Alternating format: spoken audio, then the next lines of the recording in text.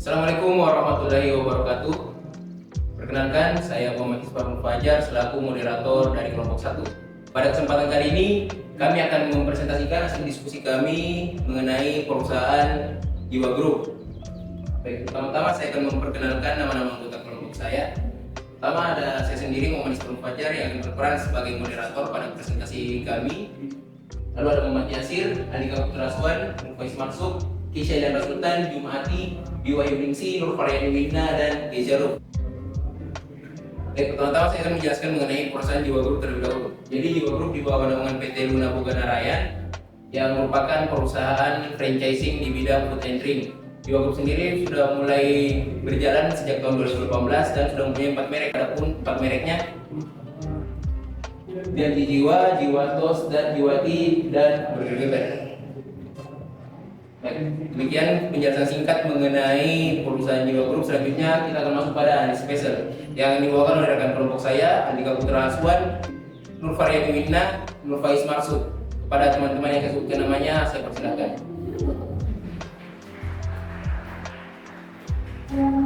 Terima kasih kepada moderator yang telah memberikan kesempatan kepada saya. Saya akan membawakan materi tentang PESTEL. Yang pertama yaitu politik. Politik memiliki peluang dan ancaman. Politik ini memiliki peluang karena yang kita ketahui tahun depan Indonesia akan mengadakan pesta demokrasi dan bisa dimanfaatkan oleh Jiwa Group untuk membuat promo. Misal setiap warga yang telah menggunakan hak suaranya mendapatkan potongan harga. Dan memiliki ancaman yaitu apabila ada petinggi dari Jiwa Group memilih salah satu kandidat, misal calon presiden, itu akan mempengaruhi reputasi perusahaan dan penurunan penjualan. Dan yang kedua adalah ekonomi. Ekonomi juga memiliki peluang. Ekonomi memiliki peluang karena kita ketahui sekarang era globalisasi sekarang ini sangat berkembang pesat yang berdampak pada meningkatnya franchise pada minuman dan makanan. Ini akan menjadi peluang Jiwa Group dan untuk lebih kreatif lagi dalam mengembangkan 4 produk mix dan setiap masing-masing.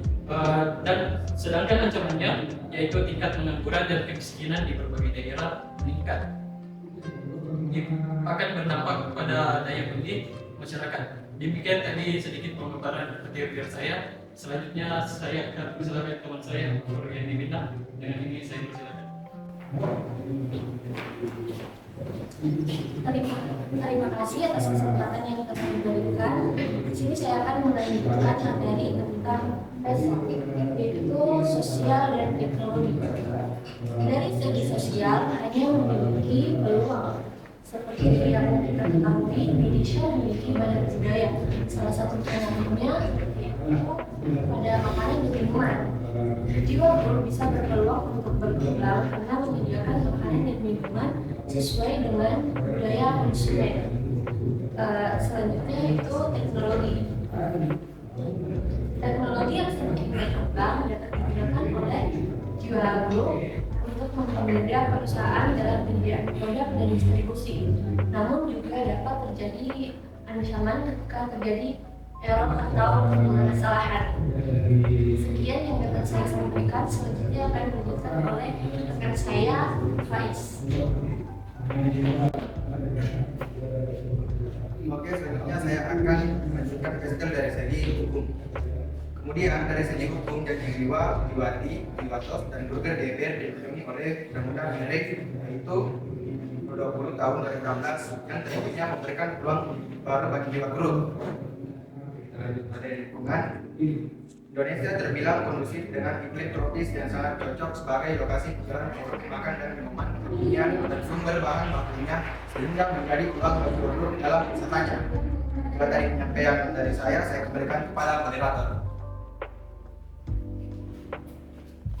Baik, demikian penjelasan analisis spesial dari rekan kelompok saya.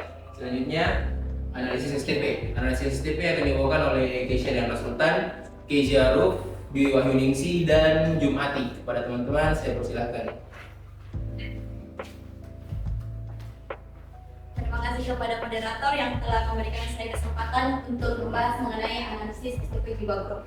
Dimulai dari segmentasi, dari segi demografi, geografi dan fisiografi. Data yang dihasilkan adalah usia 17 sampai 25 tahun, 26 sampai 40 tahun, pekerjaan, pelajar, mahasiswa, pekerja kantoran dan wirausahaan, domisili, pinggiran kota, ibu kota provinsi dan ibu kota negara, kelas ekonomi, menengah bawah, menengah atas, gaya hidup, modern, konsumtif, hemat dan sehat.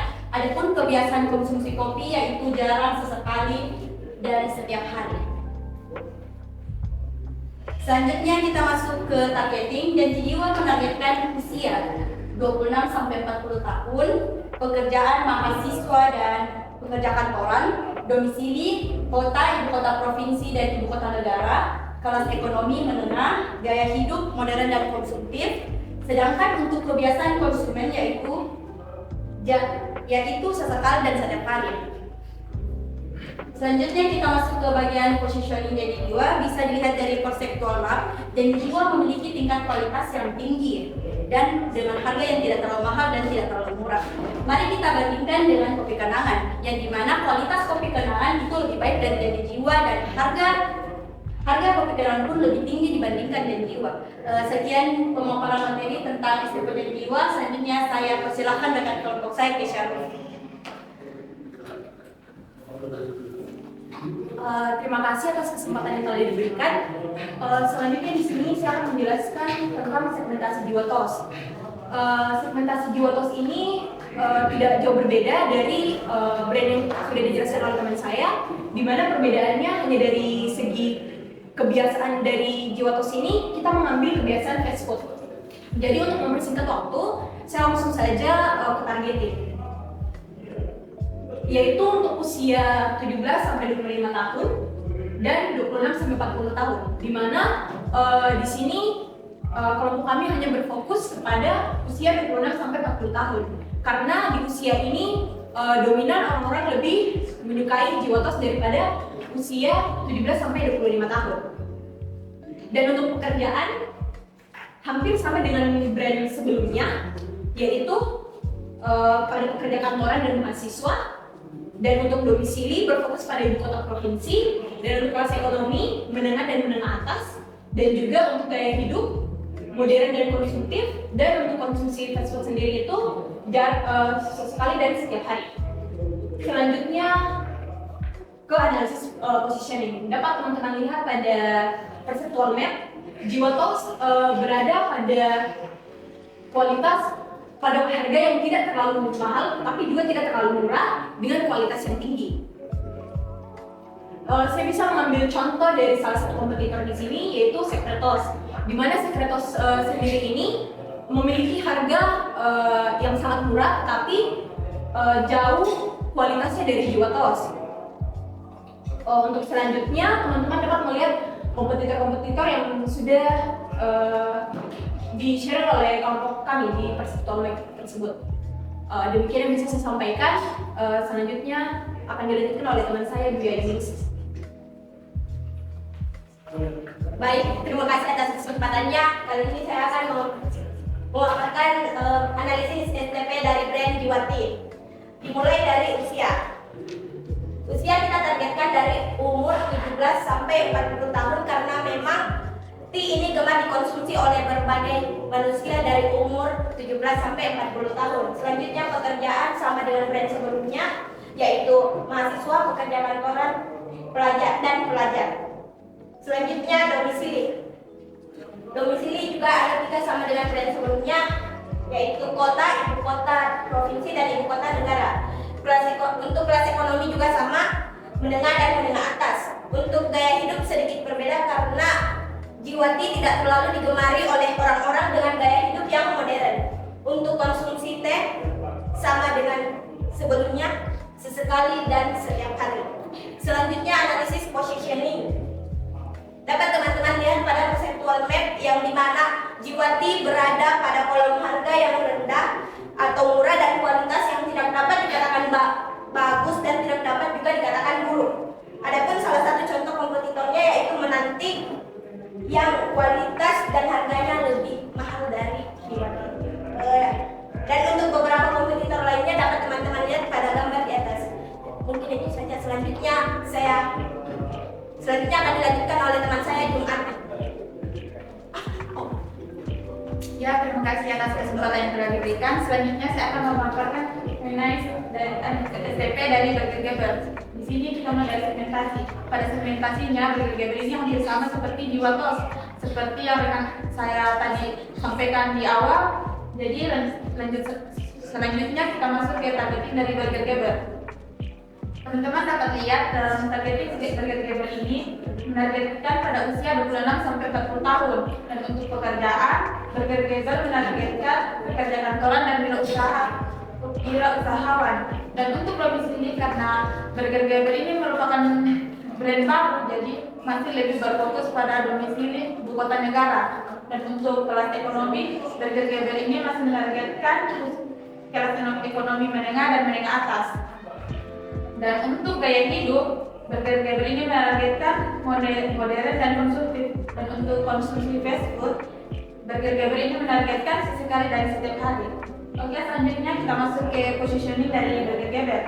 Untuk Burger Geber sendiri terletak pada harga yang cukup mahal, tapi memiliki kualitas yang kurang bagus. Dan salah satu kompetitor yang saya ambil yaitu mungkin teman-teman sudah tahu, itu Burger King, di mana Burger King sendiri memiliki harga yang mahal, akan tetapi memiliki kualitas yang lebih tinggi dari Burger Geber.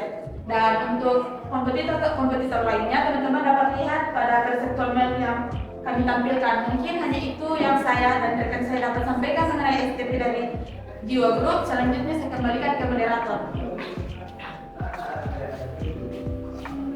Demikian analisis STP yang telah disampaikan oleh rekan kelompok saya. Selanjutnya kita masuk pada analisis marketing mix. Analisis marketing mix akan disampaikan oleh Muhammad Yasir. Kepada Muhammad Yasir saya persilakan. Terima kasih kepada moderator atas kesempatan yang diberikan. Selanjutnya saya akan membawa materi mengenai analisis marketing mix dari Jiwa Group. Yang pertama dari segi produk, yaitu mereka menggunakan 3 cara, yaitu multiple produk, co-branding, dan juga produk mix. Sampai saat ini ketiga brandnya yaitu Janji Jiwa, Jiwatos, dan Jiwati telah menggunakan 3 cara ini. Selain itu dari Burger Geber sendiri baru menggunakan multiple produk. Selanjutnya dari segi price harga, mereka menggunakan 3 cara juga, yaitu bundling, diskon, dan individual produk. Nah, sampai saat ini diketahui bahwa 4 brand ini menggunakan ketiga cara tersebut. Next. Oke, selanjutnya dari segi promosi. Nah, untuk promosi sendiri dari Jiwa Group menggunakan 4 cara, yaitu event, brand ambassador, media sosial, dan promotion place. Nah, yang membedakan sedikit di sini itu dari segi brand ambassador, yang sampai saat ini diketahui hanya Janji Jiwa dan Jiwatos yang telah menggunakannya. Next. Oke, selanjutnya dari segi place, yaitu mereka menggunakan 2 cara, yaitu outlet mereka sendiri dan e-commerce. Nah, e-commerce yang mereka gunakan adalah Jiwa Plus, aplikasi Jiwa Plus. Nah, untuk sampai saat ini itu keempat brandnya menggunakan cara yang sama, yaitu outlet dan e-commerce. Oke, selanjutnya untuk masalah perusahaan yang kami dapat ambil ada 3 permasalahan. Nah, yang pertama, merek Jiwati yang terkesan seperti merek gagal karena kurang dikenali dan diminati di kalangan masyarakat. Nah, saran yang dapat kami berikan yaitu memperbaiki brand awareness dari Jiwati itu sendiri, yang mereka dapat melakukan perbaikan promosi atau memperbaiki promosi itu sendiri dan memperbaiki kualitas dari produknya. Selanjutnya untuk masalah kedua, yaitu merek Burger Geber banyak mendapatkan review dan komentar buruk di media sosial. Nah, saran yang kami dapat berikan yaitu dengan memperbaiki sendiri juga brand awareness dari Burger Geber. Nah, cara yang dapat dilakukan yaitu memperbaiki dari kualitas produknya, karena yang inilah menjadi permasalahan dari Burger Geber sendiri. Nah, yang terakhir, sebagian produknya yang terdapat pada umumnya di beberapa outlet tidak mampu disajikan. Nah, cara yang dapat kami berikan yaitu Burger Geber atau seluruh brand-brand dari Jiwa Group harus memperketat pengontrolan dari outlet-outlet yang ada di seluruh Indonesia, baik dalam penyediaan menu ataupun dalam penyediaan bahan bakunya. Nah, mungkin itulah yang dapat saya sampaikan. Saya memberikan kepada moderator. Demikianlah hasil pemaparan kelompok kami mengenai analisis perusahaan Jiwa Group. Kesimpulannya, Jiwa Group sendiri sudah banyak mengalami pengembangan sejak awal launching produknya Janji Jiwa di tahun 2018. Tapi hingga saat ini masih ada kekurangan juga, ya terutama di dalam tahap pengembangan produk-produk baru yang mereka keluarkan. Saya selaku moderator dari kelompok 1, mungkin kelompok 1 mohon maaf atas segala kekurangan dalam penyampaian presentasi kami. Bincang presentasi ini saya tutup dengan Assalamualaikum warahmatullahi wabarakatuh.